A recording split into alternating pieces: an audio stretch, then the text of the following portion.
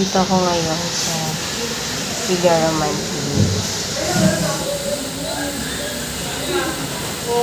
Monthly check-up ko ngayon. So, hintay ko yung aking nurse. Kasi nasa loob pa yung nurse.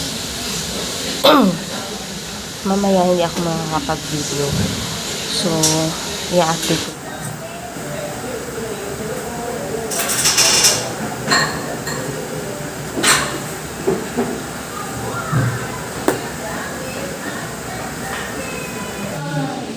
Hi guys. Okay, so almost 2 o'clock na and hindi pa ako tapos. Ako pala ang huli. Akala ko masusunod yung number. Hindi pala. Dahil ako ang huling dumating.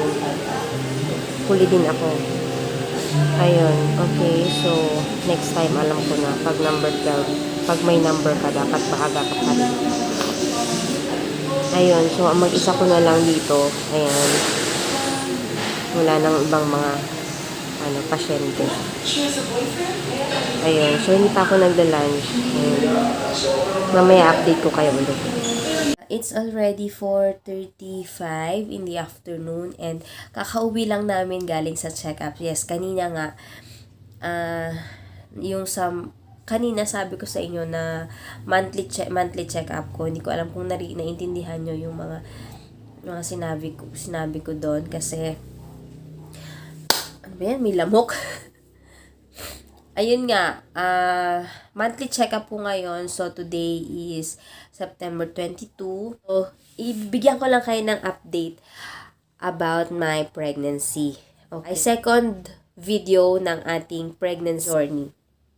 Okay, so, today, 15 weeks na ako and I weigh 138 pounds kanina. Ang aking BP, 110/70. Yung heartbeat ni baby is normal naman, sabi ni doktora.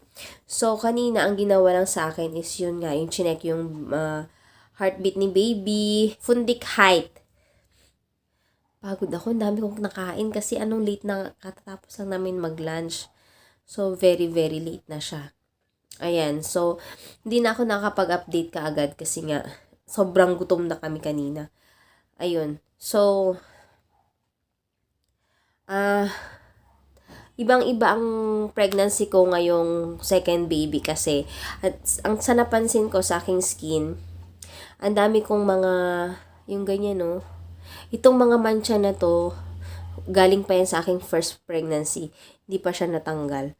Tapos, ang daming mga tumubong mga tigyawat, ganyan. Ang daming mga warts dito sa tiyan. Itong mga to, galing pa yan sa aking first pregnancy.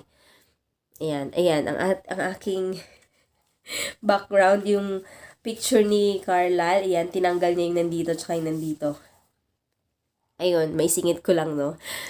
Ayan, so, ang mga cravings ko ngayon ay, ano ba yung mga palagi yung kinakain? Basta mahilig pa rin ako sa mga, yung sinusuka, ganun. Yun, mahilig ako sa mga maaasim. And then, pag may pagkain, gusto ko kakain ako, ganun. Tapos, mahilig akong, malakas ako sa tubig, which is good naman, kasi para hindi ka rin ma-constipate. Tapos, although constipated na ako before pa talaga, so ngayon, is, tuloy-tuloy pa rin ang aking pagiging constipated. Kaya, ngayon, mas maraming water ang iniinom ko. Plus, nagkaroon ako ng colds and colds and cough simula nung weekend, nung Saturday hanggang ngayon. Ngayon, wala na masyado kasi may naaamoy na ako. Kaya lang pagka nakatutok ako sa electric fan or yung nag-aircon, ganyan, biglang bumabara yung ilong ko kaya hindi pa masyadong magaling. Kaya yung prenatal na vitamins ko ngayon is yung folic acid, vitamin B complex, at saka yung vitamin C. Nasabayan ko rin ng calamansi juice yung skin ko kasi ganyan maraming mga tigyawat na tumutubo. Unlike nung first na pregnancy ko, wala talaga, as in makinis siya. Yun nga lang may pekas akong ganun. Ito. Hindi pa siya natanggal. Ayan. And then, yung weight ko is bumigat ako ng 100 from 3 pounds. Yes, parang 3 pounds. Bumigat ako ng 3 pounds. Natagalan kami kasi ang akala ko, kahapon kasi nagpunta kami doon. Nagpalista na ako. So, nasa number 12 ako. Tas bigla kanina, sabi ko, number 12 naman ako. Kaya kahit late na tayo pumunta. So, nagpunta kami doon ng mga 11:30. Hala, ako na yung last na dumating. So, yung chart ko nilagay nila sa likod. Kasi nga, first come, first serve ko. Kahit na pala nakalista ka, ika-cater ka nila pag nakalista ka. Pero, first come, first serve pa rin yung pagpipila ng chart mo sa loob, sa clinic ni doktora. Kaya yun. Ayun, so natagalan kami. Ayun, natagalan rin kaming nakauwi kasi dumaan pa kami sa planta, sa Coca-Cola plant. Nagpa-check up din kasi si daddy meron siyang, kahapon nagpa-check up din siya ulit.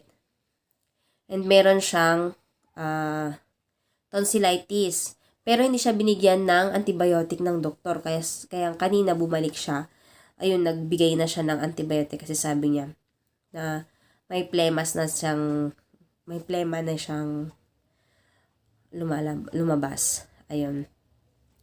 Excuse me po sa mga sa mga kumakain, sorry. Ayan. So, ngayon okay naman kami ni baby. Binigyan din ako ng bagong mga vitamins. So, ang susunod na vitamins ko, meron pa kasi ako mga vitamins, yung vitamin B complex, vitamin C, at saka yung folic acid. So, sabi ni doktora, ubusin ko na lang yun, and then, isusunod ko na yung OB vitamin, ferrous sulfate, tsaka yung calcium. So, after nung vitamin B complex, vitamin C, at saka yung folic acid, ang isusunod ko naman is yung calcium, ferrous sulfate, tsaka yung OB vitamin. Ayun. So, yun lang naman ang mga pangyayari ngayong aking 15 weeks.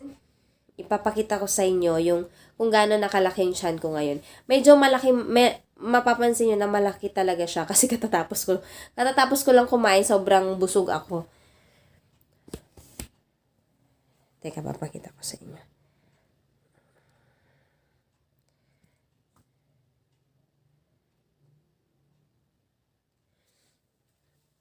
So, ito na yung tiyan natin ngayon. Malaki lang siya kasi, busog ako. So, kung tutusin, ganyan lang siya. Ito lang. Yan na si baby. Yan. Thank you so much guys for watching. I hope you like the video. If you do, please do give it a thumbs up. Don't forget to subscribe to my channel and click the notification bell para updated kayo every time na meron tayong mga bagong uploads. And don't forget to share this to your friends. Thank you so much. I'll see you next time. Bye-bye!